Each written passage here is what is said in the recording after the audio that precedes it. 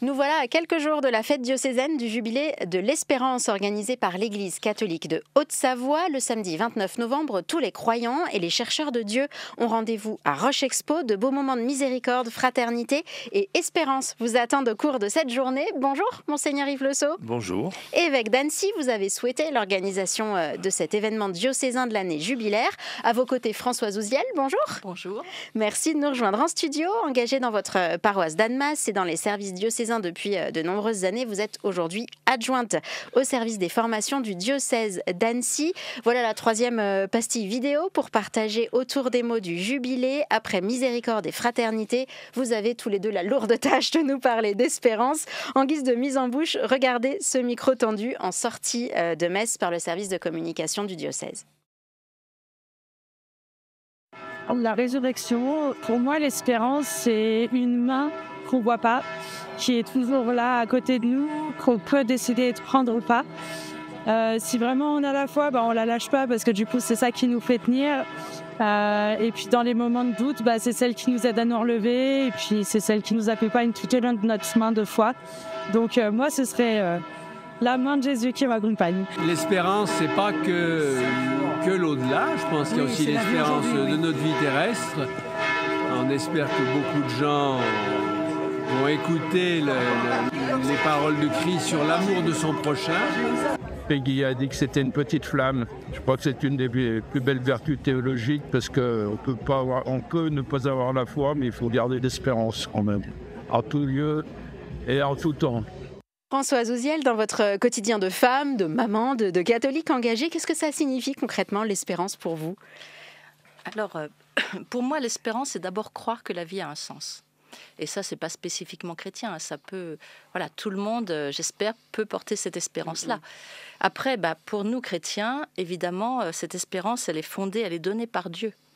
Et ça fait toute la différence. Parce que il y a une différence entre l'espoir et l'espérance. L'espoir, on espère quelque chose, mais c'est incertain, on ne sait pas, voilà. Alors que l'espérance, comme c'est ancré dans ce que Dieu nous donne, c'est quelque chose de certain, avec des guillemets. Dans cette foi en Christ, la main à laquelle on se raccroche, comme disait la dame dans le micro-trottoir. Voilà, exactement. Et c'était la bulle du pape pour cette année, c'est l'espérance ne déçoit pas.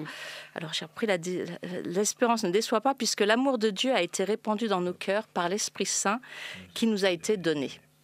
Voilà. Donc c'est vrai que l'espérance, on peut se dire que c'est léger, c'est pas certain, mais pour nous chrétiens, oui, c'est vraiment ancré en Dieu. Donc c'est quelque chose de très beau. Flamme à entretenir. Voilà. Moi, j'ai bien aimé dans le micro-trottoir, justement, la première réaction spontanée de la dame du couple qui dit l'espérance, c'est la résurrection. Et effectivement, la première espérance, c'est la vie éternelle. Mais après, son mari dit oui, mais c'est aussi la vie quotidienne. Parce que c'est pas seulement pour une vie éternelle dont on ne sait pas vraiment en quoi elle consistera. Enfin, moi personnellement, je ne le sais pas. Mais j'avais un ami prêtre qui disait, moi je ne sais pas non plus. Mais mon espérance, c'est que tous les liens d'amour et d'amitié qu'on aura tissés dans cette vie, on les retrouve dans la vie éternelle. Et du coup, c'est aussi mon espérance. Voilà. Et dans votre quotidien, est-ce que c'est aussi des petites résurrections, le fait de croire que ça va aller mieux ? Alors, croire que ça va aller mieux, je ne sais pas, ce n'est pas une attitude naïve, mais en tout cas, croire que Dieu nous accompagne et qu'il nous relève. Ouais. Et même si... Moi, je me souviens du témoignage d'un couple, ils avaient 4 enfants et la 4e était une petite fille trisomique. Je pense la trisomie 21. Et ils ont dit, mais... En fait, grâce à c'était pas facile tous les jours, mais ils se sont rendus compte que Dieu les accompagnait et que cette petite fille leur donnait beaucoup de joie. Et ils s'étaient rendus compte que finalement, eux, ils étaient dans une vie où ils avaient des super métiers tous les deux, ils gagnaient pas mal d'argent, les enfants, ils devaient bien marcher à l'école, enfin bref. Et ils se sont rendus compte que la vie, c'était peut-être pas seulement ça. Et que, voilà. Et donc, comment, à travers ces épreuves de la vie, Dieu nous accompagne et nous fait découvrir autre chose. Monseigneur Yves Le Sceau, une espérance à vivre au quotidien. Et Françoise nous le disait aussi avec cette promesse de béatitude éternelle, puisque Jésus a vaincu la mort. C'est un mystère de la foi chrétienne qui est quand même pas évident pour tout le monde. Et pourtant, il est central. Non, mais comment dire, la foi est basée sur cet événement dont témoignent les apôtres, qui a manifestement bouleversé leur vie, qui est la résurrection du Seigneur. Et on voit bien quand on lit les récits de la résurrection, ils s'y attendaient absolument pas. Manifestement, ils n'avaient rien compris. Ensuite, on dit, je suis pas sûr qu'on ait compris non plus. Et on voit bien, ils sont face à un événement à la fois inconcevable, intellectuellement. Oui, parce que nous-mêmes, et en même temps incontestable. C'est à la fois, il est tout autre, et à la fois, c'est lui. Ouais. Et tout d'un coup, là, ils entrent dans une nouvelle dimension, qui est le cœur de notre espérance, justement, chrétienne. Alors, mais par contre, je pense ça a été évoqué, parfois on se trompe. Nous pensons que l'espérance, c'est bon. Sur cette terre, on a une espèce de salle d'attente, là, et puis on fait ce qu'on peut, enfin, c'est plus ou moins difficile. Mais alors, qu'est-ce qu'on va être bien après ? Ouais, on essaie de gagner notre paradis Mais un en peu. fait, non, pour l'espérance chrétienne, c'est bien sûr, elle est déjà présente. C'est-à-dire que nous essayons de vivre de la résurrection du Seigneur dès maintenant, dans ce monde tel qu'il est, avec son drame, sa misère, sachant qu'elle ne sera pleinement, je dirais, développée, on va dire ça comme ça, que quand on sera devant lui. Mais ça ne veut pas dire que rien ne se vit et ne se porte aujourd'hui. Ça veut dire qu'il faut se bouger pour ça, pour travailler à l'espérance et au royaume. Oui, et puis moi, je pense à la fête de l'espérance, j'ai pensé ça ce matin, je me suis dit, mais c'est pour moi une invitation à remettre les choses dans le bon sens. C'est-à-dire d'être orienté dans la bonne direction, ou de se réorienter dans la bonne direction. Alors moi personnellement, comme tous ensemble, le diocèse, et puis c'est parfois aussi retrouver du bon sens, au sens très commun du terme, je pense, c'est pas contradictoire, me semble-t-il, voilà. Pèlerin d'espérance, hein, donc c'est le thème choisi par le pape François pour ce jubilé de 2025 qui touche bientôt à sa fin, à l'occasion de pèlerinages locaux en Haute-Savoie ou en partant à Rome. Parfois, les catholiques qui le souhaitaient ont pu s'approprier un peu ce thème dont on vient de parler. Quelle a été votre réaction en découvrant ce choix du pape François, et à quoi vous ramène ce mot de pèlerin qu'il a collé à l'espérance, pèlerin d'espérance ? Alors, moi déjà sur l'espérance, je me suis dit c'est vraiment le thème dont on a besoin en ce moment, parce que notre monde est quand même pas plein d'espérance, il est même plutôt désespérant, on peut dire. Donc vraiment j'ai trouvé ça. Et puis pèlerin, moi c'est un mot qui me parle beaucoup puisque j'ai fait le pèlerinage à Saint-Jacques. Et donc c'est vraiment se dire on marche tous ensemble vers un même but, sans se précipiter non plus, et on prend le temps de dialoguer, parce que sur le chemin de Saint-Jacques, l'apparence, le statut social n'a aucune importance. Ça tombe. Et on discute, on parle vraiment avec les gens, parfois très en profondeur, parce que c'est facile de parler avec quelqu'un qu'a priori on n'aura pas trop l'occasion de revoir ensuite, ou une fois qu'on aura fini le chemin. Et donc vraiment il y a ce sens de on avance ensemble vers un but commun.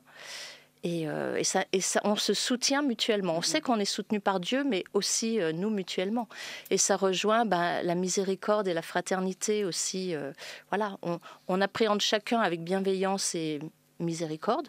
Si quelqu'un est blessé, on essaye de l'aider. S'il a mal au pied, on le soigne. Enfin, voilà, et fraternellement. Père Yves Le Sceau, qu'est-ce que ça vous évoque, pèlerin d'espérance ? D'abord, le mot espérance... quand j'ai compris que le Saint-Père prenait comme choix de l'année sainte cette question de l'espérance, je me dis, mais oui, c'est la question aujourd'hui qui traverse donc une tentation de désespoir. Certains pensent qu'il n'y a pas d'avenir possible. Je pense à nos jeunes parfois, jeunes familles, et donc de redire, mais si, il y a un avenir. Et d'ailleurs, ce qui est le propre des chrétiens, c'est Benoît XVI qui dit ça, mais je trouve la formule remarquable. Il dit les chrétiens savent qu'ils ont un avenir. Ça ne veut pas dire qu'on sait comment ça va se passer demain matin et qu'ils voient ça, c'est Madame Irma, et ça, c'est une forme d'illusion. Mais ils savent que leur vie ne se termine pas dans le néant, qu'ils sont aimés et qu'ils sont, quelles que soient les circonstances et les méandres de leur vie, ils sont attendus par cet amour. Donc dire ça, c'est-à-dire que les choses ont un sens. Bon, l'autre chose, moi, le mot pèlerin évoque simplement, c'est que ça marche. Le propre du pèlerin, c'est que ça bouge. C'est qu'on avance, on marche. Et il n'y a rien de pire que de stagner. Vous savez, je crois que c'est pas François qui prend cette image. Il dit l'eau qui n'est plus vive, qui ne circule plus, ça fait des petits marigots où ça croupit de bestioles de toutes sortes. C'est pareil dans nos communautés chrétiennes, dans nos vies personnelles et sans doute dans le monde. Et donc il y a une dimension dynamique. Et moi, s'il y a un mot qui me travaille depuis toujours, qui est un conseil que m'avait donné un vieil ami, il dit avance, avance. C'est un vieux prêtre. J'ai dit mais quand tu étais jeune prêtre, qu'est-ce que Dieu te demandait? Il me disait écoute, avance. J'ai dit mais quand tu as assumé des responsabilités parfois lourdes et compliquées avec les joies et les peines que ça entraîne, à quoi tu pensais? Il me dit, le Seigneur me disait avance. J'ai dit maintenant que tu es vieux et que tu commences à voir justement le terme ou le but, je sais pas. Et il a fermé les yeux puis il m'a dit le Seigneur me dit mais avance. Et je pense qu'il y a ça dans la dynamique. Alors on avance ensemble parce que je suis intimement persuadé. C'est pour ça que je souhaite qu'on se rassemble. C'est que on peut pas avancer seul. On peut pas. Sinon on se casse la figure. On n'a personne pour se relever. Enfin, c'est ensemble. Voilà. Et puis le terme de pèlerin aussi, ça veut dire qu'on avance, mais on avance quelle que soit la météo, quelle que soit... Ouais. Ça ne sera pas forcément facile tous les jours. Exactement. Mais voilà, on a l'espérance qu'on va arriver au bout. Au bout du chemin, pour vous, Saint-Jacques, en l'occurrence, c'est le chemin de la vie. Vous faites partie, Françoise Ouziel, de l'équipe organisatrice de cette journée jubilaire du 29 novembre. Après ces mois de travail, qu'est-ce que vous espérez de cette journée qu'on voit enfin pointer le bout de son nez? Alors, moi, j'espère que chacun pourra vivre cette journée, quel que soit son âge et ses attentes, qui pourra trouver quelque chose justement qui lui donne de l'espérance. Et sur l'espérance, j'aime bien aussi la phrase, je sais pas, c'est la phrase de Charles Péguy qui dit que l'espérance, c'est la petite sœur de la foi et de la charité.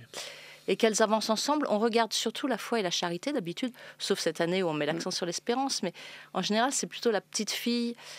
Sauf que c'est elle qui donne l'élan, qui donne la flamme pour faire avancer ces deux grandes sœurs. Et donc voilà, j'espère que cette journée du 29 novembre, ça va nous donner cet élan pour partager cette espérance avec ceux qui nous entourent, quoi. Ouais. Monseigneur Yves Le Sceau, vous nous le disiez, j'ai souhaité cette journée pour qu'on soit ensemble, qu'on s'entreporte, comme dirait François de Sales. Quels fruits vous en attendez? Puis qu'est-ce que vous diriez aux habitants de Haute-Savoie pour les inviter à venir? Le fruit... La joie d'être ensemble, au fond, je me suis dit, j'attends quoi? On parle de jubilé, c'est ça.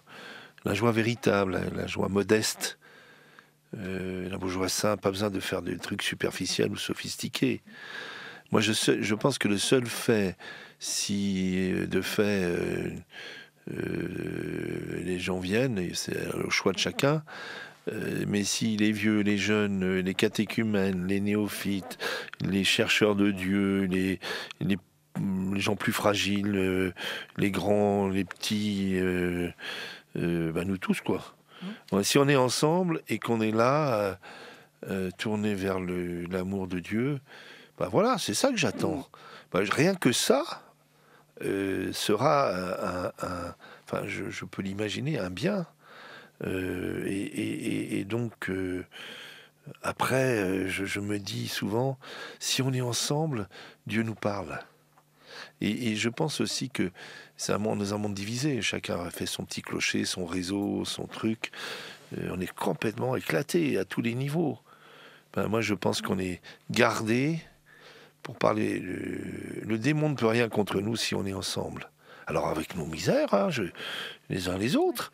Et c'est ça que j'attends et que je demande. Alors moi, j'invite tout le monde, c'est-à-dire que tout le monde est bienvenu. Alors à un moment, on dit, est-ce qu'on fait des inscriptions? Alors ceux qui, les organisateurs, se sont arrachés les cheveux, disons-le. Parce que de fait, ils ont raison. Puis en même temps, je me dis, symboliquement, je peux pas dire on inscrit. C'est-à-dire que la petite dame ou la personne qui décide la veille au soir de dire, je viens avec mon ami, elle puisse venir. Alors du coup, on maîtrise pas tout, mais est-ce que prétendre tout maîtriser est juste? On va découvrir. Au fond, il y a quelque chose qui nous échappe. Mais je crois que le Seigneur s'occupe de nous malgré nos misères. Voilà ce que j'attends. Par contre, tout un chacun est bienvenu, quelle que soit sa situation, l'étape où il en est, sa relation avec le Seigneur à l'intime de lui-même, ou sa relation avec l'Église, distante ou proche. Tout le monde est bienvenu. Voilà, c'est tout ce que je peux dire. Eh ben, c'est un bon teasing pour cette journée. J'ajouterais que des animations et un accueil pour tous les âges sont prévus, malgré l'absence d'inscription. Témoignage édifiant à venir du cardinal Jean-Marc Aveline et de sœur Bénédicte You, religieuse à Bethléem. C'est donc dans quelques jours la journée du jubilé du diocèse d'Annecy, samedi 29 novembre à Roche Expo. On vous y retrouvera, Françoise Ouziel et Monseigneur Yves Le Sceau. Belle préparation de la fête à vous. Merci. Merci.